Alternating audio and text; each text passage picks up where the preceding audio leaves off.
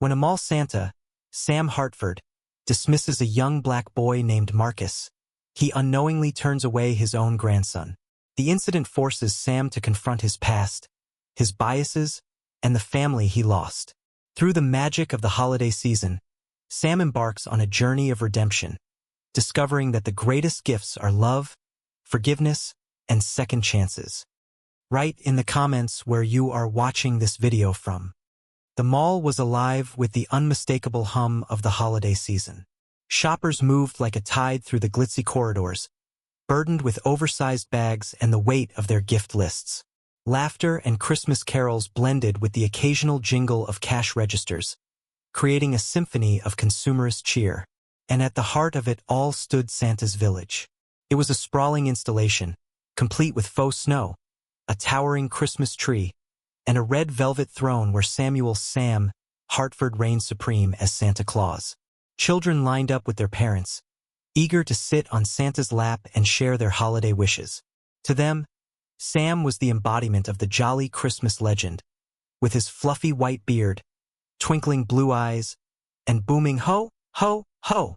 Sam adjusted his Santa hat for the 100th time that day and took a deep breath.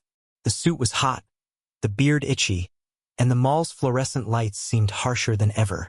Yet he wore his role with pride.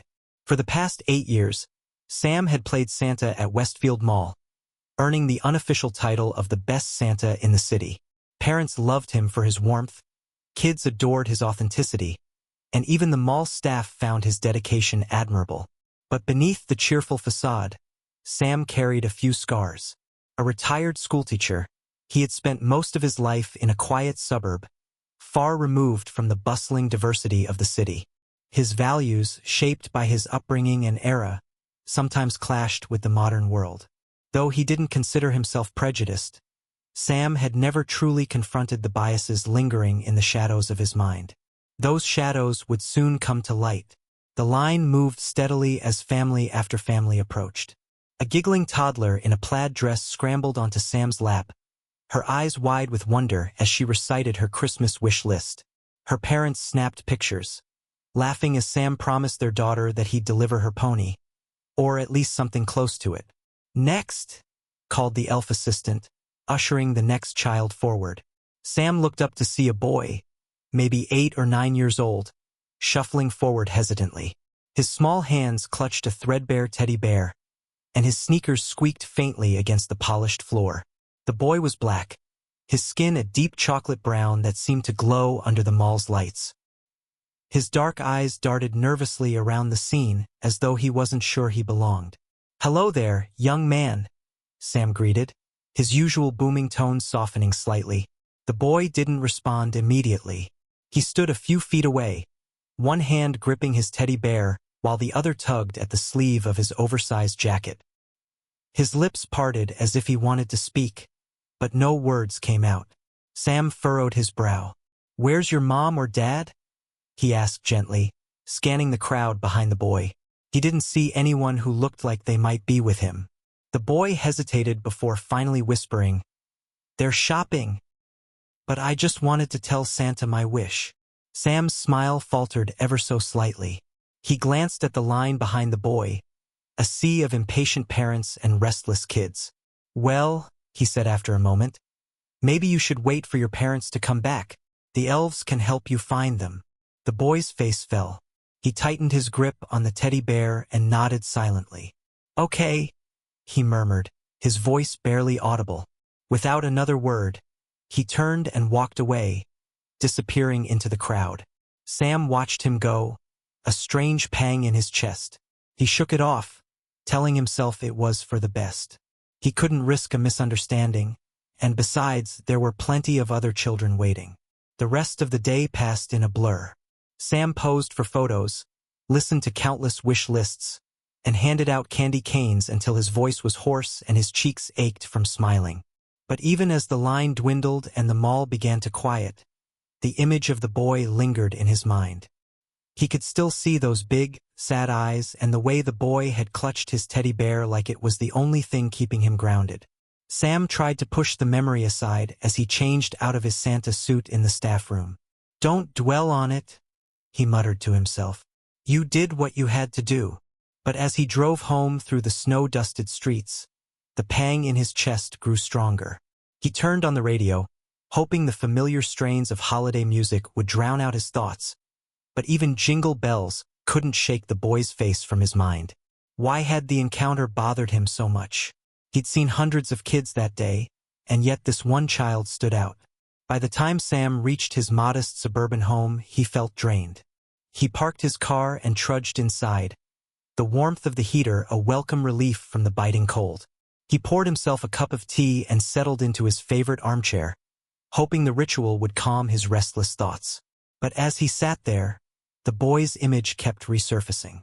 Sam found himself wondering about him, where he'd gone after leaving Santa's village, what he'd wanted to ask for, and why he'd seemed so hesitant.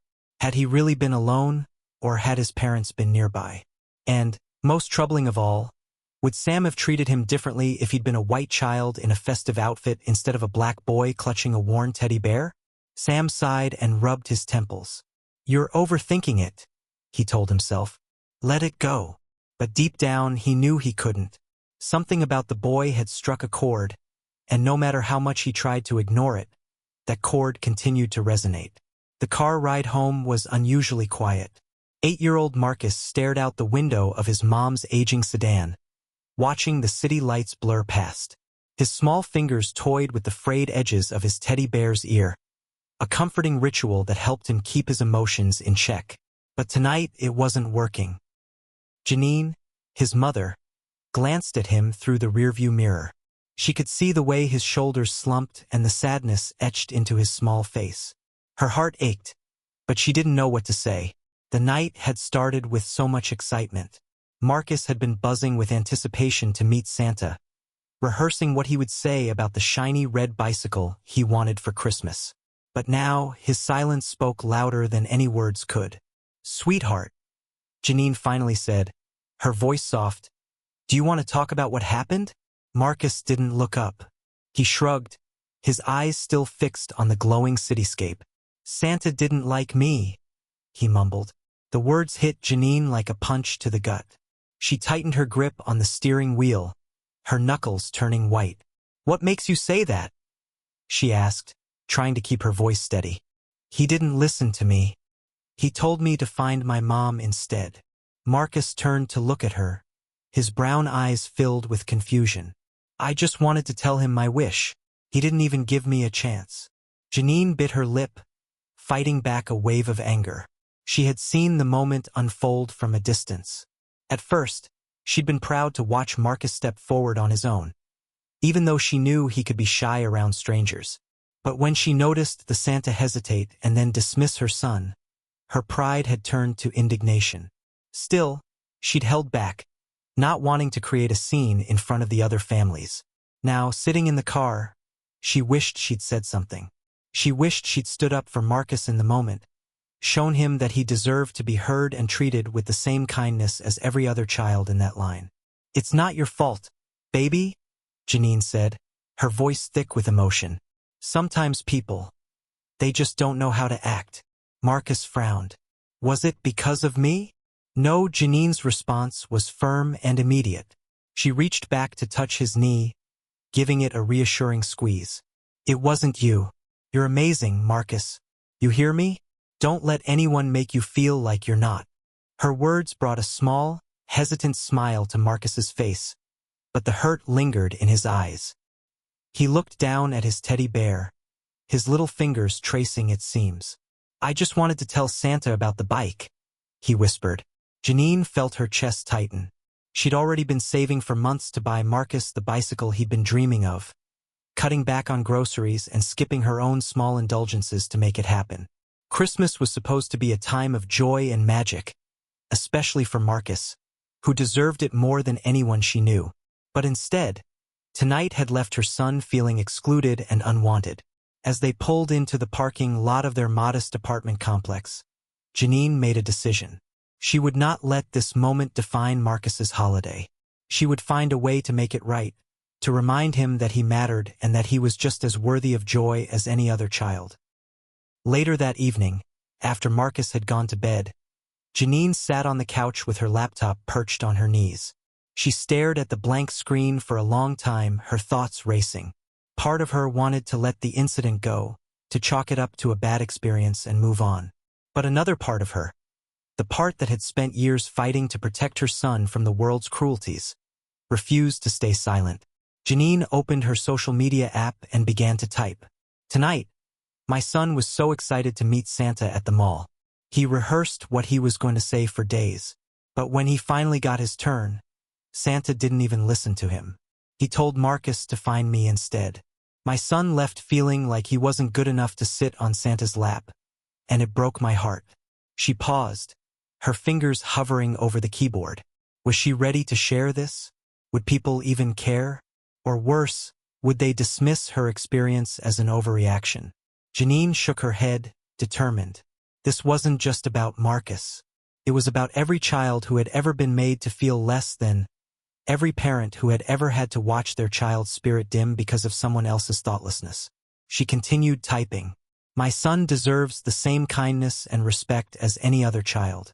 Every child does. I don't want to make this about calling anyone out, but I do want people to think about how their actions or inactions can affect others. Kids see and feel more than we realize. Let's do better. Janine reread the post twice before hitting share. Almost immediately, notifications began to pop up as friends and followers started commenting and sharing her story. Some wrote words of support, while others shared their own similar experiences. The post quickly gained traction, drawing attention from people outside her usual circle. As the hours ticked by, Janine found herself scrolling through the comments, both encouraged and overwhelmed by the response. A few messages stood out more than others. Direct messages from reporters asking if she'd be willing to talk about her experience on a broader platform. Janine's first instinct was to say no. She didn't want to put Marcus in the spotlight or turn this into a media spectacle. But as she read through more messages, she realized that her story had struck a nerve. People were talking, questioning, reflecting. Maybe this was an opportunity to spark change, not just for Marcus, but for all the children who deserved better. The next morning, as Marcus ate his cereal in front of the TV, Janine sat down at the kitchen table and responded to one of the reporters. She agreed to a phone interview, her heart pounding with equal parts nerves and determination. That night, as she tucked Marcus into bed, Janine kissed his forehead and whispered, "You're my superhero? You know that?" Marcus giggled, a sound that warmed her heart. "I didn't do anything," he said sleepily. "Yes, you did," Janine replied. "You reminded me how important it is to stand up for what's right." Marcus didn't fully understand her words, but the love in her voice was enough. He closed his eyes, clutching his teddy bear, and drifted off to sleep. As Janine turned off the light and closed the door, she silently vowed to keep fighting. For Marcus, for his joy, and for the magic he deserved. The evening air was cold and still as Sam Hartford pulled his coat tighter around him, trudging from his car to the front door of his modest suburban home. His steps felt heavier than usual, as though the weight of the day clung to him, refusing to let go. He had spent 8 hours in the sweltering Santa suit, and while fatigue was a familiar companion after long shifts, tonight was different. Sam turned the key in the lock and stepped inside, the familiar scent of cinnamon potpourri greeting him. The small house was cozy and warm, filled with remnants of a life spent comfortably in routine. A small artificial Christmas tree stood in the corner, its lights twinkling softly. On the mantel above the fireplace were photos of Sam's past, his late wife, and, smiling beside him at a school fundraiser, a younger Sam standing proudly with his son, David, at a Little League game, and an old family portrait from decades ago, when everything seemed simpler. Sam shrugged off his coat, tossed it onto the armchair, and sank onto the couch with a groan. His body ached, but it wasn't the usual exhaustion that troubled him. It was the boy with the teddy bear and those sad, questioning eyes. The image had followed Sam all the way home, gnawing at him with a persistence he couldn't shake. He reached for the remote and turned on the TV, hoping to distract himself with the evening news. But the words of the anchor faded into the background as his thoughts drifted back to the boy. Sam replayed the moment in his mind, searching for a reason why it had unsettled him so deeply. After all, it wasn't the first time a child had approached him without a parent in sight. He'd handled similar situations before, always erring on the side of caution. Why was this different? Would you have acted the same if he didn't look the way he did? The question, unspoken but insistent, surfaced in Sam's mind. He frowned, brushing it aside. Nonsense, he muttered under his breath. He prided himself on treating everyone fairly, without prejudice. The boy had seemed lost, that's all. Sam had simply followed protocol as he always did. But even as he tried to convince himself, a nagging doubt lingered. Was he truly as unbiased as he believed? Or had something in him, something buried deep, something he didn't want to acknowledge, caused him to dismiss the boy so quickly? Sam shook his head and leaned back against the couch cushions, closing his eyes. His thoughts wandered to David, his only child. It had been years since they'd spoken, 10 to be exact. Sam could still picture the look on David's face the last time they were in the same room. The anger and hurt etched into every line. The rift between them had begun when David met Janine, a bright, ambitious woman whose energy and charm were impossible to ignore. But Janine was black, and though Sam had never said it outright, his discomfort was clear. He had always envisioned David marrying someone who fit the family's traditional mold, and Janine didn't fit that mold. At first, Sam had tried to mask his feelings, convincing himself that he just wanted what was best for his son. But the cracks in his facade had grown over time, and eventually, the truth had spilled out in a heated argument. David had accused him of being prejudiced, of caring more about appearances than his own son's happiness. Sam had denied it, of course, but his weak protests had done little to convince either of them. The final blow came when David announced that he and Janine were getting married, and that Sam was not welcome at the wedding. Sam had responded with silence, letting his pride override the love he felt for his son. And so, the years had stretched on, their silence growing heavier with each passing Christmas. Sam opened his eyes and rubbed his temples, the memory leaving a bitter taste in his mouth. He had told himself many times that the distance between him and David wasn't his fault. David had been the one to cut ties, after all. But now, sitting alone in his quiet house, Sam couldn't help but wonder if he had played a bigger role in their estrangement than he wanted to admit. A soft chime interrupted his thoughts. Sam glanced at his phone, which sat on the coffee table. It was a notification from a local news app he subscribed to. The headline caught his attention immediately. Mother calls out mall Santa for turning away black child. Sam's stomach dropped. He hesitated for a moment before opening the article. His eyes scanned the screen, taking in the details. A woman named Janine Davis had posted on social media about her son's disappointing experience at Santa's village. The post had gone viral, drawing support from thousands of people. Janine had expressed her heartbreak over the way her son, Marcus, had been dismissed, and her words struck a chord with readers who shared her frustration. Sam's pulse quickened as he read. The details were unmistakable. The child, the teddy bear, the hesitant approach. There was no doubt in his mind that Marcus was the boy he'd turned away that day. For a long moment, Sam sat frozen, staring at the screen. A wave of shame washed over him, followed by defensiveness. He hadn't meant to hurt the boy. He was just following the rules. Surely people would understand that. But as he read through the comments on Janine's post, his defensiveness began to crumble. People weren't just angry. They were hurt.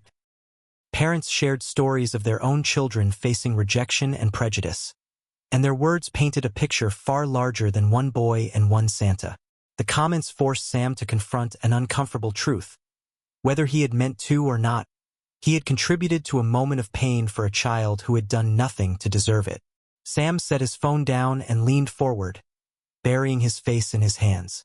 The weight in his chest felt unbearable now, pressing down with the force of a decade's worth of unspoken regrets. That night, Sam lay in bed, unable to sleep. He stared at the ceiling, his mind racing with questions. What had become of David and Janine? Did they have children of their own? Were they happy? And most importantly, was it too late to make things right? For the first time in years, Sam felt a flicker of hope, an inkling that maybe, Just maybe he could find a way to repair what had been broken. But first, he would have to face himself. The kitchen smelled of fresh coffee and scrambled eggs, but Janine barely noticed as she stood at the counter, scrolling through the flood of notifications on her phone. The response to her post had been overwhelming, far beyond anything she'd expected. What had started as a small, cathartic rant had become a viral story, with hundreds of strangers sharing their own experiences and offering words of support. Her phone buzzed again. Another message, this time from a local journalist. Janine hesitated, chewing her bottom lip as she read the request for an interview. She wasn't sure she wanted to take this any further. It was one thing to vent her frustrations online, but speaking to the media felt more serious, more permanent. "Mom!" Marcus's small voice pulled her attention. He stood in the doorway, still in his pajamas, his teddy bear tucked under one arm. "Good morning, baby," Janine said, putting her phone down and forcing a smile. "Did you sleep okay?" Marcus nodded and climbed into one of the chairs at the table. "What's for breakfast?" "Eggs and toast," she replied, already moving to fix his plate. She set it in front of him, ruffling his curls affectionately. "Do you want juice or milk?" "Juice," Marcus said, his voice quieter than usual. Janine watched him for a moment, her heart aching. He wasn't his usual bubbly self, and she knew why. The encounter with Santa had shaken him more than she'd realized. Marcus was a sensitive child, always full of questions and big ideas, but last night had left him subdued, unsure of himself. As he picked at his toast, Janine decided to say something. "Marcus," she began gently, "about yesterday, you know Santa was wrong, right? It wasn't your fault." Marcus looked up at her, his big brown eyes filled with uncertainty. "But why didn't he like me?" he asked. "Was it because I didn't have fancy clothes like the other kids?" "No, baby," Janine said firmly, kneeling beside him so they were eye level. "It had nothing to do with your clothes. Sometimes people make bad choices because they don't understand things. But that's not your fault. You're smart and kind and amazing, just the way you are." Marcus nodded slowly, though his expression remained troubled. "I wanted to tell him about the bike," he said softly. "Do you think he would have said no anyway?" Janine's chest tightened. She pulled him into a hug, holding him close. "No one has the right to say no to your dreams," she whispered. "Not even Santa." Marcus hugged her back, his small arms wrapping tightly around her neck. For a moment, Janine felt the sting of tears, but she blinked them away. She couldn't change what had happened, but she could fight to make sure her son, and kids like him, wouldn't have to face moments like that again. Later that morning, after dropping Marcus off at school, Janine found herself parked in front of a coffee shop, staring at her phone. The reporter's message was still on the screen, waiting for a reply. She tapped her fingers against the steering wheel, debating her next move. On one hand, going public felt risky. She didn't want to put Marcus in a position where he might face backlash or unwanted attention. But on the other hand, she couldn't ignore the flood of comments and messages from other parents who had shared similar stories. Her experience with Marcus wasn't an isolated incident. It was part of a larger pattern, one that needed to be addressed. Taking a deep breath, Janine opened the message and typed a response. "Thank you for reaching out. I'd be happy to speak with you about what happened. Let me know when you'd like to set up a time." She hit send before she could second-guess herself. The reply came almost immediately, with the reporter suggesting a phone interview later that afternoon. Janine agreed, her nerves prickling at the thought. This wasn't something she'd ever imagined herself doing, but it felt important. The interview was brief but impactful. The reporter asked about Marcus, about what had happened at the mall, and about why Janine had decided to speak out. She answered each question honestly, her voice steady despite the emotions bubbling beneath the surface. "I just want people to understand how much these moments matter," Janine said. "For kids, meeting Santa is supposed to be magical. It's supposed to make them feel special and loved. But instead, my son left feeling like he didn't belong. No child should have to feel that way, especially not during the holidays." The reporter thanked her for her time, promising to follow up once the story was published. Janine hung up, feeling a mix of relief and apprehension. She had spoken her truth, but now it was out of her hands. That evening, as Marcus played with his Legos in the living room, Janine sat on the couch with her laptop. The reporter's article had gone live, and it was already spreading across social media. The headline read, "Mother speaks out after mall Santa dismisses black child.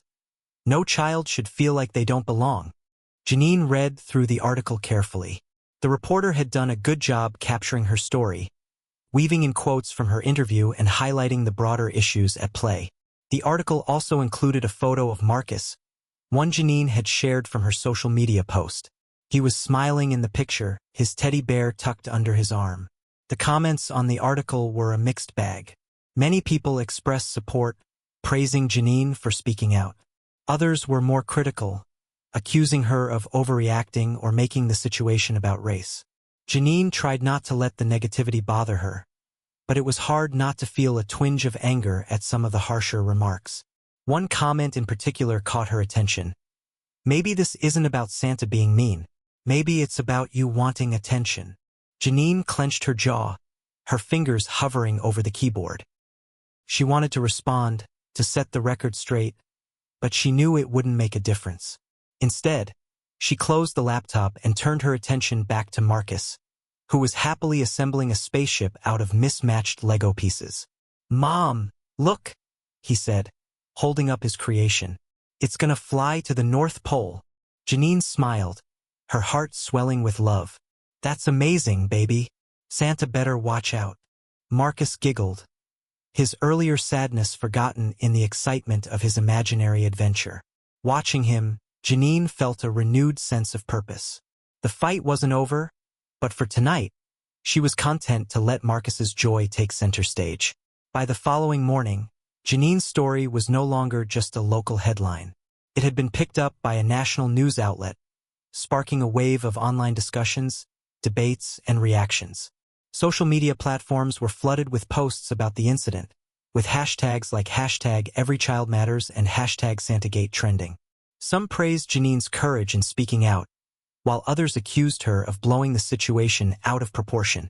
In the midst of the chaos, Westfield Mall found itself at the center of a firestorm. Emails and calls poured in from angry parents, demanding answers. Some threatened to boycott the mall, while others demanded the Santa in question be fired. The mall's marketing team scrambled to draft a public statement, but the damage was already done. For Sam Hartford, the fallout was a rude awakening. Sam first heard about the growing backlash when he arrived at the mall for his morning shift. The moment he stepped into the staff area, he was met with tense looks from the other employees. A few whispered to each other as he passed, their eyes darting away when he looked their way. "Sam," called Mallory, the manager of Santa's Village, as she hurried toward him. Her face was tight with worry, and she clutched a clipboard to her chest. "We need to talk." Sam frowned. "What's going on?" Mallory gestured for him to follow her into the small break room. Once the door was closed, she handed him a printout of an article. "This is about you." Sam's stomach churned as he read the headline. His face flushed with a mix of embarrassment and defensiveness as he scanned the article, recognizing Janine's name and the details of their encounter. The words painted a picture that didn't feel entirely fair, but he couldn't deny the truth at its core. He had dismissed the boy, Marcus, without much thought, and now the world was watching. "This has gone viral," Mallory said, crossing her arms. "The mall's management is furious. Parents are calling nonstop and social media is a nightmare. They're demanding we take action." Sam bristled. "I didn't do anything wrong," he insisted. "The kid was alone. I was following protocol." "Maybe so," Mallory replied, her voice firm but not unkind. "But perception matters, Sam. People don't see protocol. They see a child who was turned away by Santa. And they're not happy about it." Sam's chest tightened. "What do you want me to do?" "The mall is asking you to issue an apology," Mallory said. "A public one. They think it might help smooth things over." Sam clenched his jaw, his pride warring with his growing sense of guilt.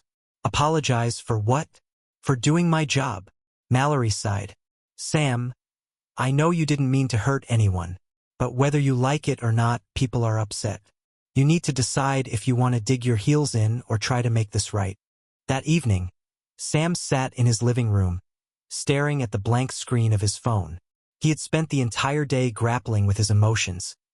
Anger, confusion, shame, but no closer to a resolution. The idea of a public apology felt humiliating, but the thought of being remembered as the Santa who ruined a child's Christmas was worse. With a deep breath, he opened his notes app and began to type. His fingers moved slowly at first, then faster as the words came to him. "To Marcus and his family, I want to start by saying how deeply sorry I am for the way I made you feel during your visit to Santa's village. My actions were thoughtless, and I realize now that I failed to provide the kindness and understanding that every child deserves. I never intended to hurt you, but I see now that intent isn't enough. It's about impact, and the impact of my actions was hurtful. I will do better. Sincerely, Sam Hartford." Sam reread the message several times before saving it. It wasn't perfect, but it was honest. He decided to send it to Mallory first, letting her review it before it was shared publicly. The apology was posted on the mall's social media pages the next morning, accompanied by a statement from the management team. The response was mixed. Some people appreciated the gesture, praising Sam for taking responsibility, while others dismissed it as too little, too late. For Sam, the experience was humbling, forcing him to confront the ways his actions, or lack thereof, could leave lasting scars. Meanwhile, Janine's phone continued to buzz with messages and notifications. She had seen the apology and appreciated the effort, but she remained cautious. Words were one thing, actions were another. She still felt the sting of watching her son walk away from Santa's village. His spirit dimmed. "Mom, what are you looking at?" Marcus asked, peering over her shoulder. Janine quickly locked her phone and smiled at him. "Just some messages, baby. Nothing important. Can we go see Santa again?" Marcus asked suddenly. "A different one?" Janine's heart ached at the question. She hesitated, unsure of how to respond. On one hand, she wanted to protect him from further disappointment. On the other, she didn't want fear to rob him of the joy he deserved. "I'll see what we can do," she said, pulling him into a hug. Elsewhere, a man scrolled through the same apology that had caught Janine's eye. David Hartford, Janine's ex-husband and Marcus's father, felt a knot of anger tighten in his chest as he read the words. The name at the bottom of the post confirmed his suspicion. The Santa who had hurt his son was none other than his estranged father. David set his phone down and stared out the window, the weight of the revelation sinking in. He hadn't spoken to Sam in over a decade, and for good reason. But now, for the first time in years, he found himself wondering if that silence could, or should be broken. David Hartford sat at his kitchen table, his hands clasped tightly around a steaming cup of coffee. The words on his phone screen blurred as his mind raced. He had read and reread the apology posted by Westfield Mall Santa. Though the statement had been crafted with care, the name at the bottom set off a cascade of emotions he wasn't prepared for. Sam Hartford, his father. David leaned back in his chair, closing his eyes as the memories flooded in. He hadn't thought about his dad much in recent years, at least not willingly. The anger, the disappointment, the constant sense of never measuring up had made it easier to push those thoughts aside. But now, the past was staring him in the face, intertwined with his present in a way he couldn't ignore. Sam was the Santa who had turned away Marcus. David's first instinct was fury. The man who had refused to accept his interracial marriage was now the same man who had dismissed his son. Felt like history repeating itself. But beneath the anger was something more complex, a gnawing curiosity he couldn't shake. Did his father know? Did Sam have any idea that the boy he had hurt was his own grandson? "Daddy!" Marcus's small voice pulled David from his thoughts. David turned to see his son standing in the doorway, rubbing his eyes sleepily. Marcus was still clutching his teddy bear, the same one he'd carried with him to Santa's village. The sight of his son's innocence made David's heart ache. He wanted to protect Marcus from every disappointment, every rejection. but life had a way of making that impossible. "Morning, champ," David said, scooping Marcus up and setting him on his lap. "How'd you sleep?" "Okay," Marcus replied, resting his head against his dad's chest. "Mom said we might see Santa again. A nicer one." David's jaw tightened. He hadn't yet talked to Janine about the incident, but he had seen her interview and the viral post that followed. He knew she was fighting for their son, as she always did. He admired her strength, even if their marriage hadn't worked out. "I think that's a great idea," David said, kissing the top of Marcus's head. "We'll make sure this Santa knows how special you are. Okay?" "Okay," Marcus said, his voice soft.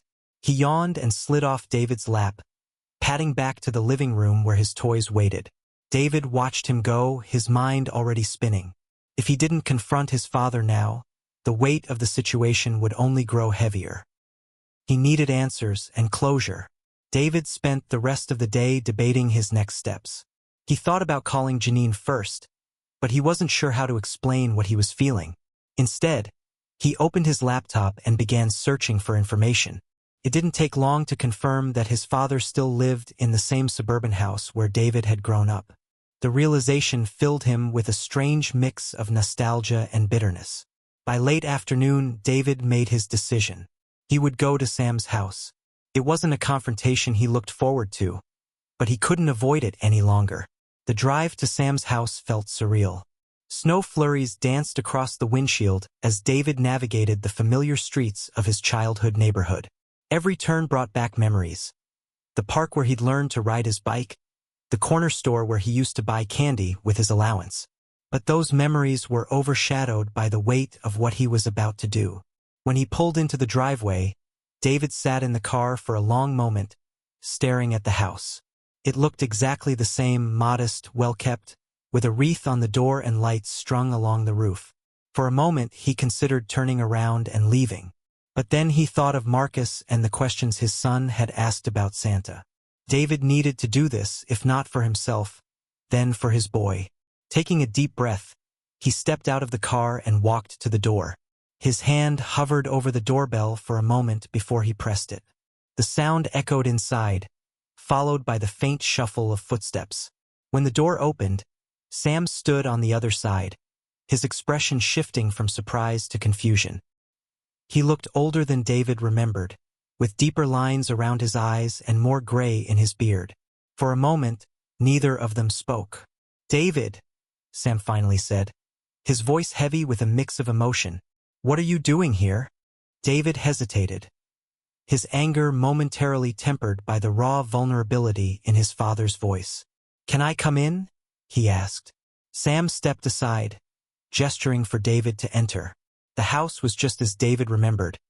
Cozy, cluttered with knickknacks, and filled with the faint scent of cinnamon. The memories were overwhelming, but David pushed them aside as he followed his father into the living room. They sat across from each other, the silence between them thick with tension. "I saw your apology," David began, his tone measured. "The one you wrote about the boy at Santa's village." Sam's expression darkened. "You're here about that?" "I'm here because that boy is my son," David said, his voice sharp. "Your grandson." The words hung in the air, heavy and unyielding. Sam's eyes widened, and for a moment, he looked as though he'd been punched in the gut. "Marcus is my grandson?"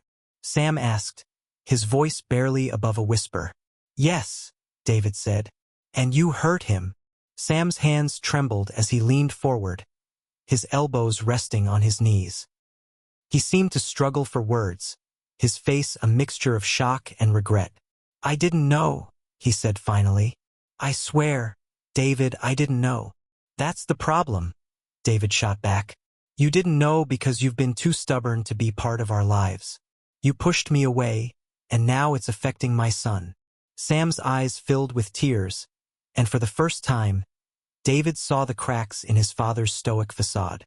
"I made mistakes," Sam said, his voice breaking.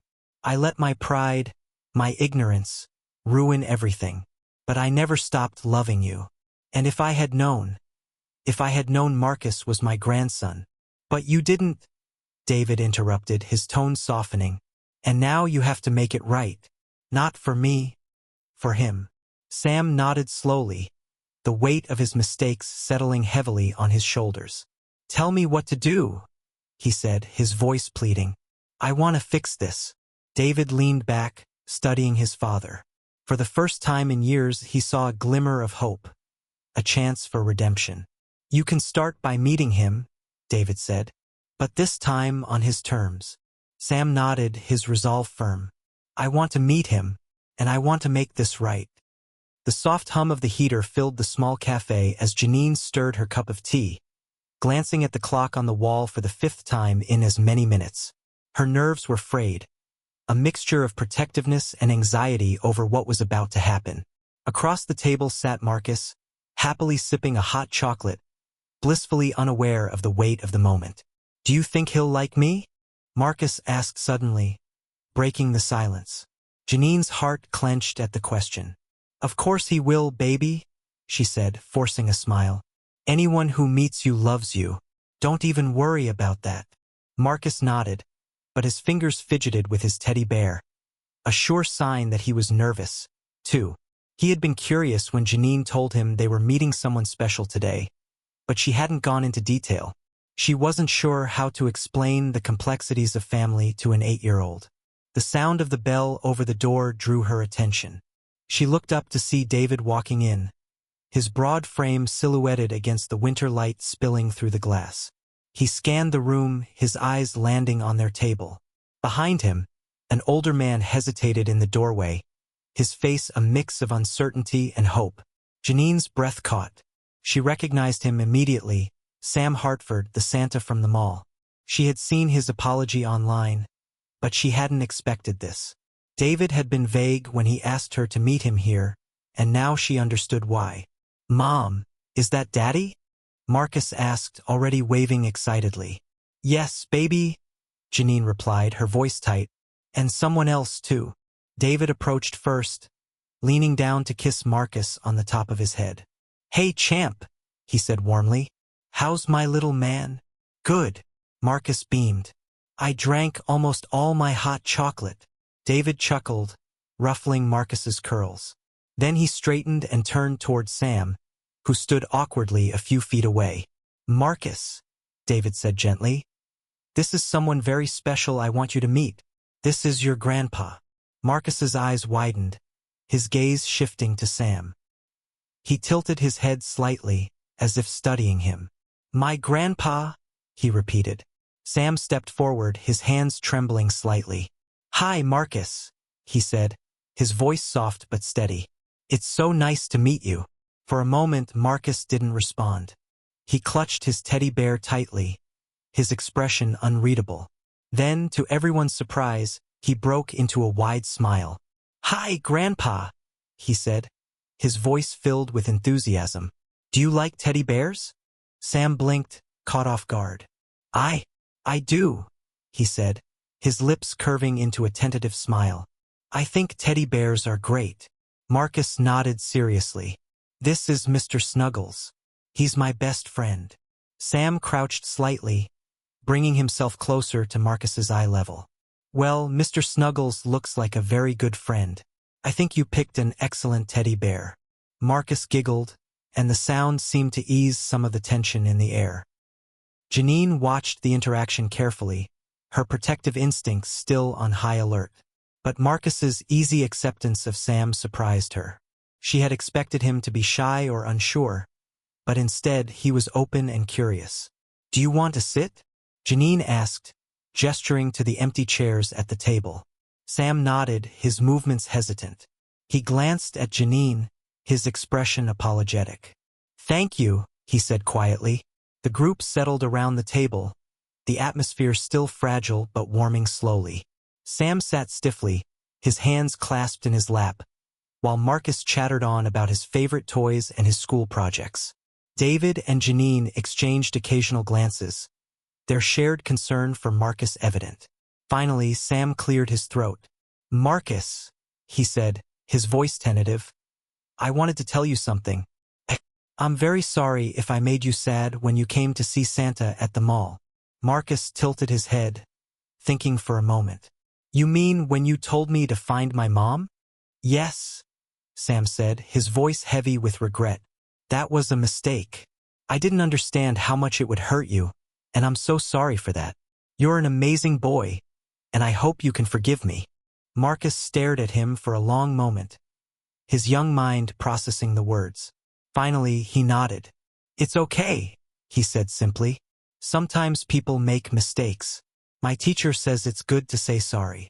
Sam let out a shaky breath, his eyes glistening. Your teacher is very wise, he said. And thank you for forgiving me. Marcus smiled and took another sip of his hot chocolate, seemingly satisfied with the exchange. For him, the world was simple. Mistakes could be fixed with sincerity and love. For the adults at the table, the moment carried far more weight. The conversation gradually shifted to lighter topics, with Marcus leading the way. He told Sam all about his favorite superheroes, his dream of becoming an astronaut, and his excitement for Christmas morning. Sam listened intently, his eyes never leaving his grandson's face. He felt an ache in his chest, not of pain, but of longing. For the first time, he realized just how much he had missed by being estranged from his son and, by extension, his grandson. David, meanwhile, watched his father closely. He wasn't ready to forgive everything, but seeing Sam make an effort with Marcus softened something in him. The man sitting at the table wasn't the stubborn, prideful father he remembered. He looked older, yes, but also humbled, as if life had finally chipped away at his hard edges. Janine remained cautious, but as the hour went on, she found herself relaxing. She didn't trust Sam completely, not yet, but she could see how much he cared for Marcus. That was a start. As the meeting came to an end, Marcus turned to Sam with a hopeful expression. Will you come to our house for Christmas? He asked. We're gonna have cookies and everything. Sam looked at David and Janine, unsure. I don't want to intrude, he said softly. David hesitated, then nodded. We'll talk about it, he said. But I think Marcus would like that. Yay! Marcus cheered, bouncing in his seat. Sam smiled, his heart full for the first time in years. Thank you, he said, his voice directed at both David and Janine. Thank you for giving me a chance. Janine gave him a small nod. Just make sure you don't waste it, she said firmly. Sam nodded. He wouldn't. The days leading up to Christmas were a whirlwind of preparation, emotion, and reflection for Sam Hartford.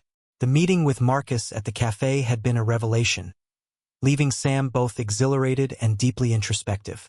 The boy's forgiveness had been simple and pure, but for Sam, it felt like a second chance, a rare opportunity to mend the bridges he'd burned with his own stubbornness. Sam found himself thinking about Marcus constantly. The boy's energy and curiosity had been infectious, and Sam was eager to see him again.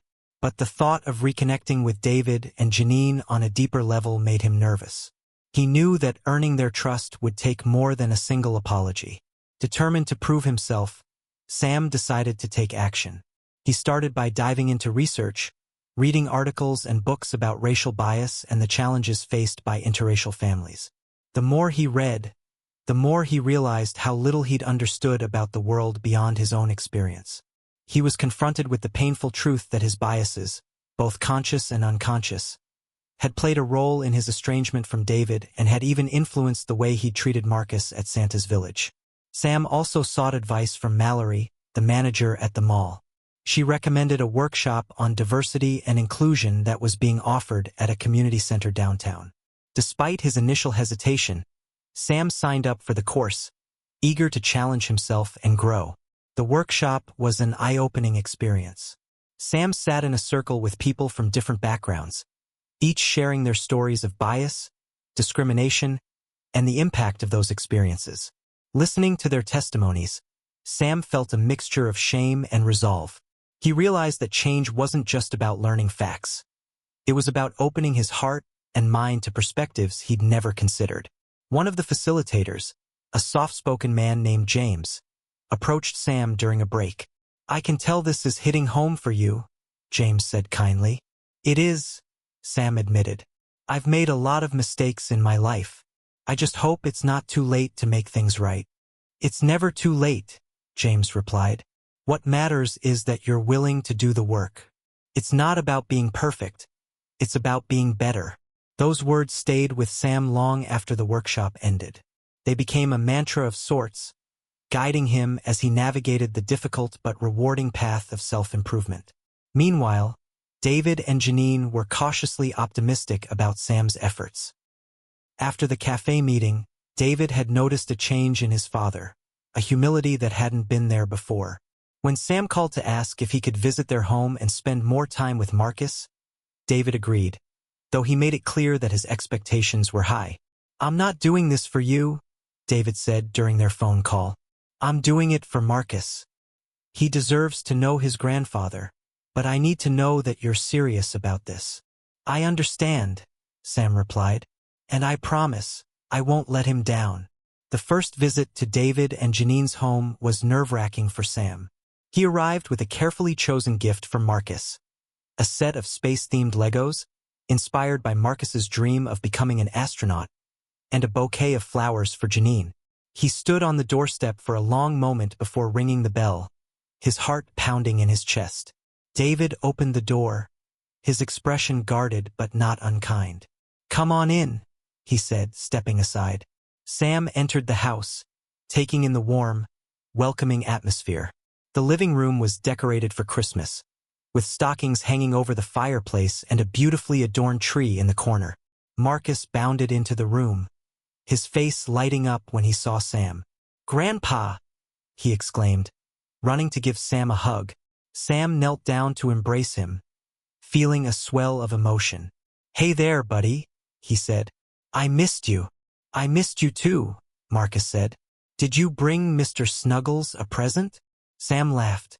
"I didn't forget about Mr. Snuggles," he said, pulling a small stuffed star out of his bag. "I thought he might need a friend to help him fly to space." Marcus beamed, holding the star up for Mr. Snuggles to inspect. "He loves it." "Thanks, Grandpa." Janine watched the interaction from the doorway, her arms crossed.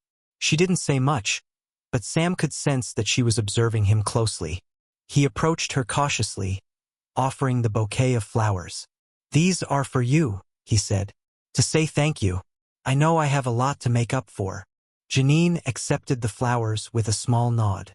"It's a start," she said, her tone neutral. Sam didn't push for more. He knew that trust would have to be earned, not demanded. Over the next few weeks, Sam became a regular presence in Marcus's life. He visited often, bringing books, games, and stories from his own childhood. He and Marcus bonded over their shared love of Christmas traditions, and Sam even helped Marcus write a new letter to Santa, one that included wishes not just for toys, but for kindness and happiness for everyone. David watched these interactions with a mixture of relief and hesitation. He could see that Marcus was thriving with Sam's attention, but he remained wary of his father's motives. It wasn't until one evening, when Sam stayed late to help Marcus build a Lego spaceship, that David found the courage to confront him. "Why now?" David asked as they sat in the living room, Marcus asleep upstairs. "Why are you trying so hard to fix things after all these years?" Sam took a deep breath, his gaze steady. "Because I finally realized how much I've lost," he said. "I was so caught up in my own pride, my own fears, that I pushed you away.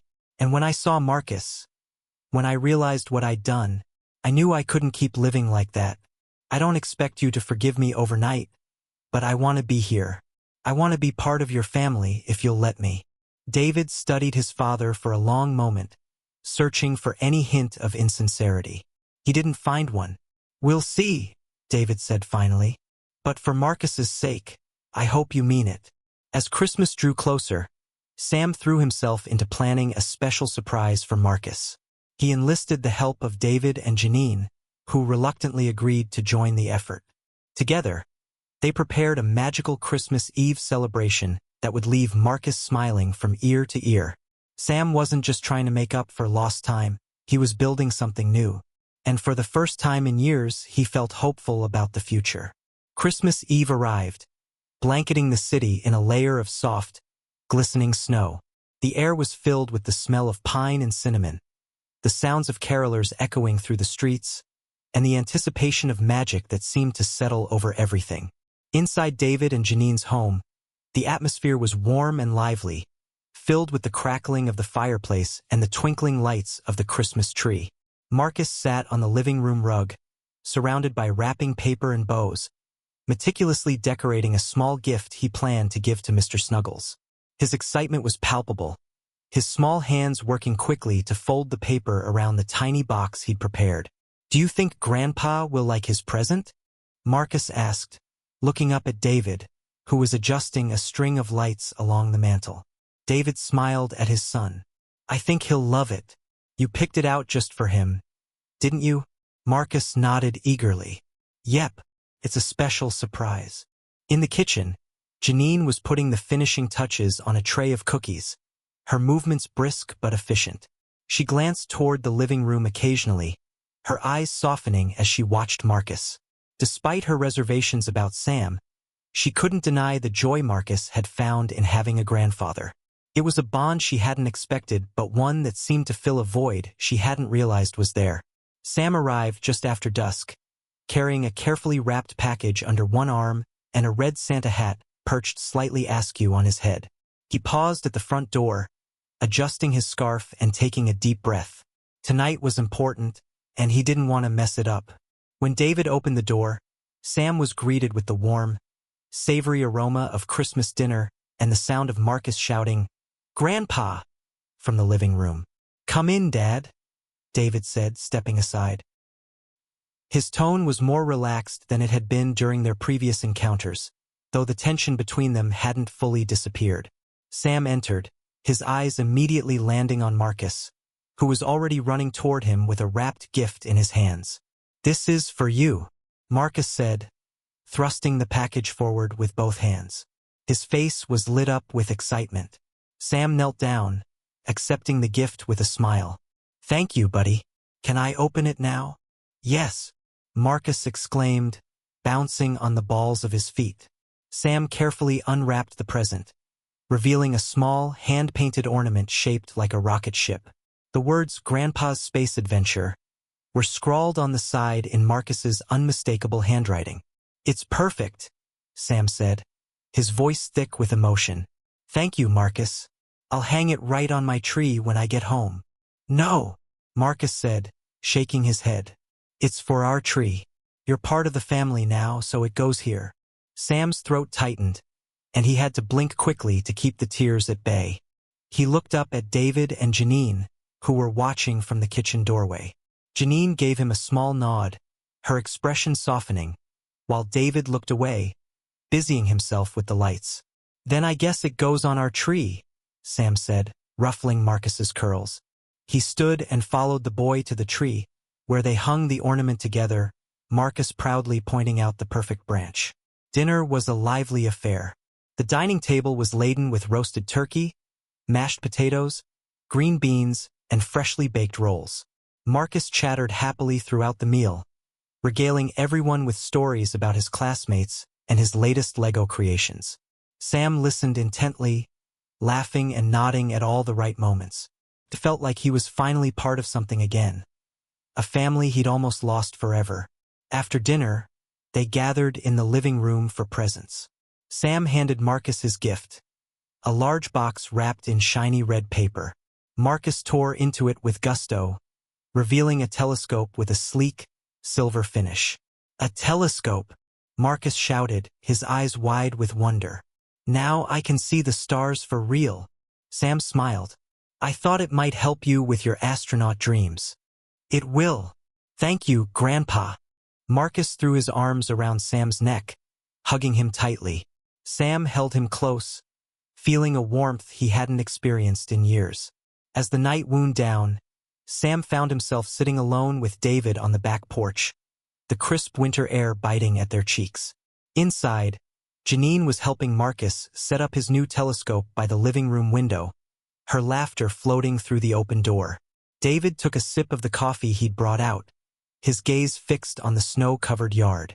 "He really likes you," he said, his voice quiet. Sam nodded. "He's a great kid." You and Janine have done an amazing job with him. David was silent for a moment, then said, You know, I wasn't sure if I could let you back in. After everything that happened, I didn't think I'd ever want you around my family. I don't blame you, Sam said. I gave you every reason to shut me out. David turned to face him, his expression serious. But Marcus, he deserves to have a grandfather, and I can see that you're trying. That means something. Sam felt a lump rise in his throat. I am trying, he said. I don't expect you to forget the past, but I hope we can find a way to move forward. I want to be here for Marcus, and for you. David nodded slowly. We'll see how it goes. But tonight was a good start. Later that night, as Sam drove home, he couldn't stop smiling. The rocket ship ornament, carefully tucked into a box for safekeeping, sat on the passenger seat beside him. For the first time in years, Sam felt like he belonged to something bigger than himself. He knew there was still work to do, but he was ready for it. After all, Christmas wasn't just about the presents or the lights. It was about family, forgiveness, and finding joy in the connections that make life meaningful. And this year, Sam finally understood what that meant. The first rays of Christmas morning sunlight filtered through the curtains of Sam Hartford's modest home. For the first time in years, the day didn't feel hollow or lonely. Instead, it was filled with a quiet anticipation that warmed his heart. Last night's celebration had left him emotionally drained but profoundly grateful. He sat by the fireplace, staring at the rocket ship ornament Marcus had insisted he take home. It hung on the small tree by the window, glinting in the morning light. Sam reached out to touch it, a smile spreading across his face. The words etched on its side, Grandpa's Space Adventure, reminded him not just of his grandson's dreams, but of his own journey to redemption.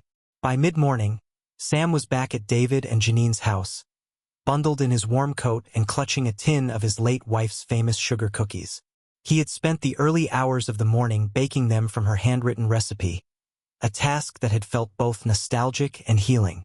Marcus had loved them at the cafe, and Sam hoped they'd be a hit today. When David opened the door, Sam was greeted with the smell of pine and cinnamon and the sound of Marcus shouting, "Grandpa!" from the living room. "Merry Christmas," Sam said, handing the tin to David. "Merry Christmas, Dad," David replied, his voice lighter than Sam had heard in years. "Come in. Marcus has been asking about you all morning." Sam stepped inside, shrugging off his coat and following David into the living room. Marcus was already at the window, peering through the telescope Sam had given him. Janine sat nearby, sipping a cup of coffee and smiling at her son's enthusiasm. "Grandpa, come look," Marcus called, waving him over. Sam walked to the window, kneeling beside Marcus. "What do you see, buddy?" Marcus pointed eagerly. "That's the North Star. Dad helped me find it. Do you think astronauts look at the same stars?" Sam nodded. "They sure do. And one day you'll be up there with them." Marcus's face lit up. "You really think so?" "I know so," Sam said, ruffling his curls. "You're smart, brave, and determined. You can do anything you set your mind to." Marcus beamed, turning back to the telescope. Sam watched him for a moment, his heart swelling with pride. This boy, his grandson, had given him a reason to change, to grow, to reconnect with the people he loved most. Later in the day, as the family gathered around the dining table for Christmas dinner, the conversation turned to traditions. Marcus, his mouth full of mashed potatoes, asked Sam, "Grandpa, what did you do for Christmas when you were little?" Sam chuckled, wiping his mouth with a napkin. "Well, when I was your age, we didn't have all these fancy gadgets and toys, but we had a lot of fun. My dad and I used to build snowmen every Christmas morning, and my mom made the best hot chocolate in the world." "Better than ours?" Marcus asked, his eyes wide. "Don't tell your mom." "But yes," Sam said with a wink, earning a laugh from Janine. "Do you still build snowmen?" Marcus asked. Sam hesitated, realizing how long it had been since he'd allowed himself to enjoy something so simple. "I haven't in a while," he admitted. "But maybe we could start again."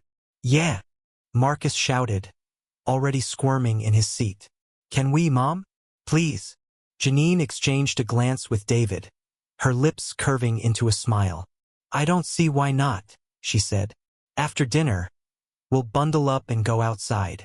True to their word, the family gathered in the front yard after the meal, scarves and gloves protecting them from the biting cold. The snow was thick and powdery, perfect for building. Marcus led the charge, rolling the largest snowball he could manage while Sam helped him pack it into place. David worked on the middle section, occasionally glancing at his father.